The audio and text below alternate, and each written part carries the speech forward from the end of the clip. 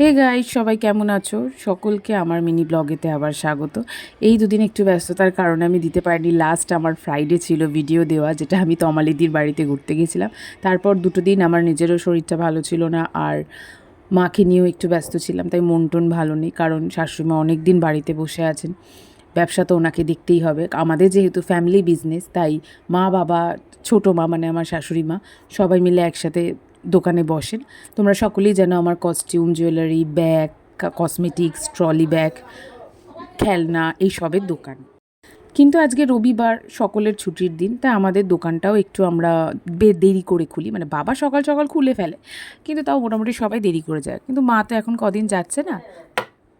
তো যাই হোক, এবার বলি যে আজকে সকালবেলা উঠে দেখলাম বাবা বাড়িতেই আছে। তো মাও বললো ভালোই হয়েছে, তাহলে একসাথে চলো চাটা খেয়ে নিই। আর সমৃদ্ধও বললো বাবা যেহেতু যাবে না, তো তাড়াতাড়ি ও বেরিয়ে যাবে, তাই ওকে খাবার টাবার করে দিয়েছিলাম। তারপরে আমরা খাবার দাবার খেয়েছিলাম, যেটা আমরা প্রত্যেক দিন খাই। তবে জানো তো, এই কদিন যে মা বাড়িতে আছে, তোমাদের সাথে একটা জিনিস শেয়ার করি। খুব ভালো যাচ্ছে দিনটা, ভীষণ ডিসিপ্লিন মেনটেন করে যাচ্ছে। কারণ বাড়িতে মা থাকলে আমি মন খুলে অনেক কিছু করতে পারি, অনেক কিছু করতে পারি ইন দ্য সেন্স, এই কারণে বললাম যে রুহি একদিকে একদিকে সংসারের কাজ, একদিকে নিজেকে একটু সময় আমার দেওয়াটা একটু চাপ হয়ে যায়, বা বিশেষ করে ভিডিও করাটাও খুব চাপ হয়ে যায়। কিন্তু মা বাড়িতে থাকলে রুহির দায়িত্বটা সম্পূর্ণটা মা নিয়ে রাখে। ওর খাওয়া দাওয়া, স্নান করানো, হয়তো উনি একটু অসুস্থ, তা উনি আমাকে 100-র মধ্যে 95% হেল্প করে। কাইন্ড অফ, মানে বলতে গেলে ম্যাজিকের মতো। মানে কখন কি হয়ে গেল, কখন সব কাজ হয়ে গেল, কখন রুহি রেডি হয়ে গেল, আমি কিছু মানে চোখের নিমেষে সব রেডি। তো যাই হোক, যেটা বলার ছিল, একটা কথা বলবো তোমাদের আজকে। বাড়িতে যেন তো গার্জেন থাকাটা খুব দরকার, আমি মনে করি। এটা আমার পার্সোনাল ওপিনিয়ন। বাড়িতে বড়রা থাকলে অনেক হেল্প হয়। বিশেষ করে মানে যে সমস্ত বাড়িতে শাশুড়ি মায়েরা ফ্র্যাঙ্কলি হয়, ফ্রেন্ডলি হয়, মানে খুব ওভার পজেসিভ না হয়ে ব্যক্তিগত স্বাধীনতা দিয়ে থাকে তাদের ছেলের বউদেরকে। ইভেন মানে মা তো দেখো, মা মাই হয়, এটা আমরা সবাই জানি, কিন্তু শাশুড়ি মাও কিন্তু মা হতে পারেন। আমার কাছে জানো তো, এই দুটোর কোনো ভেদাভেদ কখনো হয়নি আর হবেও না। কারণ আমি জানি মা মাই হয় সে, মায়ের হয়তো দ্বিতীয় কোনো বিকল্প হয় বলে আমার কাছে মনে হয় না। তো যাই হোক, উনি আমার সঙ্গে যে প্রথম থেকে আছেন, মানে আমি তো ভাবতেই পারিনি উনি আমাকে মানে এত সুন্দরভাবে। আমার অনেক ভুলভ্রান্তি হয়েছে, ওনার মতো আমি কোনোদিনই হতে পারবো না। মানে ওনার হয়তো পা ধোয়া জল খেলেও আমি ওনার মতো হতে পারবো না, তাও চেষ্টা করি। উনি আমার সংসারের আইডল বলে কথা, যা বলেন আমি অক্ষরে অক্ষরে মানি। আর সব থেকে বড় কথা, মানে আমি হয়তো বিয়ের পর থেকে প্রেম করেই বিয়ে করেছি। সমৃদ্ধর সাথে আমার 4 বছরের সম্পর্ক, প্রেম জীবন। তারপরে বিয়ে হয়েছে আমার, কালকে অ্যানিভার্সারি 1 তারিখ, 3 বছর হবে।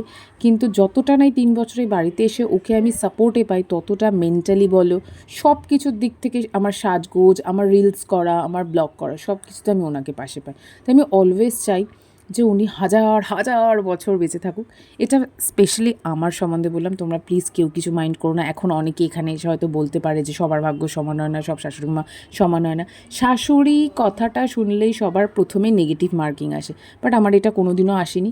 আমি আমার মাকেও যেরকম ভালোবাসতাম, আমি ওনাকেও প্রচণ্ড ভালোবাসি। আর আমি অলওয়েজ চাই যে উনি আমার পাশে থাকুক, উনি সুস্থ থাকুক, ভালো থাকুক। তাই সেটাই বলছিলাম, সারাদিন কখন যে কি হয়ে যায় আমি কিছুই বুঝতে পারি না, কখন কিভাবে দিন কেটে যায়। আর আমি রিলস করার প্রচুর সময় পাই, ভিডিও করার প্রচুর সময় পাই। উনি মানে এইরকমও একটা মানসিকতা নিয়ে চলে যে ঠিক আছে তুমি সাজগোজ করে করো, আমি বাকিটা দেখে নিচ্ছি, সংসারের কাজ কোনো ব্যাপার না।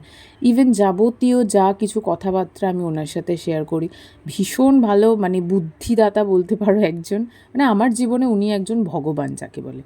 এটা আজকে তোমাদেরকে বলার একটাই কারণ হচ্ছে, সবাই বলে, মানে ছবিতে অনেক কমেন্ট করো তোমরা, ভিডিওতে কমেন্ট করো, হ্যাঁ দেখি তো খুব ভালো। কতটা উনি ভালো সেটা আজকে শেয়ার করলাম। কিন্তু ওনার শরীরটা কদিন ভালো যাচ্ছে না, তাই উনি ঘরে থাকতেও আমি ওনাকে কিছুই তো করতে দিই না। উনি করতে অনেকটাই চান, কিন্তু আমি দিই না একদমই কিছু করতে। শুধুমাত্র রুহিকে, মানে ওনার হচ্ছে রুহি হচ্ছে ফার্স্ট প্রায়োরিটি, যেটা আর কি একটা ঠাম্মার কাছে হয়ে থাকে। তো এই কারণেই উনি রুহির প্রতি সম্পূর্ণ কনসাল্ট রাখে। মানে এখন ওনার ছেলের পরে ঘরেতে যদি ফার্স্ট দুজন কেউ প্রায়োরিটি হয়ে থাকে, সেটা আমি আর রুহি। তো এইভাবেই আমার দিন কাটছে এখন কদিন। তার মধ্যেই কাজকর্ম চলছে, তার মধ্যেই খাওয়া দাওয়াও চলছে, সব কিছু চলছে। সবাইকে দেখতেও লাগে। তো এইভাবেই চলছে আমার দিন। আজকে তোমাদের সাথে শেয়ার করলাম, চেয়েছিলাম শেয়ার করতে যে কীরকম যাচ্ছে, আর খুব ভালো যাচ্ছে দিনটা। সব কিছু টাইমে টাইমে হয়ে যাচ্ছে, বিশেষ করে আমার মেয়েটার সব কিছু টাইমে টাইমে হচ্ছে। আমি অনেক কিছুই করে উঠতে পারি না ওর জন্য, কারণ যেহেতু ভীষণ বিজি থাকি সব কিছুতে, আর এই ভিডিও দেওয়া হয় না। ভিডিওটা এই কারণে দিতে পারিনি, কারণ যেহেতু ওনার শরীরটা ভালো ছিল না কদিন, এই কারণে।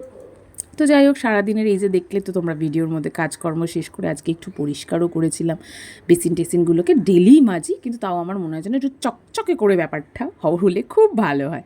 তো এই যে দেখো, এখানে রুহি এসে খেলছিল, ডিস্টার্ব করছিল, আমি একটু পরিষ্কার করছিলাম। পরিষ্কার করাটা মানে আমার শাশুড়ির থেকেই শেখা। উনি মানে আমি ওনার মতো কোনো দিনও হয়তো হতে পারবো না, উনি যা পরিষ্কার, মানে একটা সামান্য নোংরা মনে হয় ঘরে পড়তে দেখিনি আমি। চকচক করতো যখন আমি এই বাড়িতে এসেছিলাম। তো যাই হোক, এখন ওনার মতো না পারলেও আমি 85% করার চেষ্টা করি, আর সারাদিনই এই করতে আমার ভালো লাগে।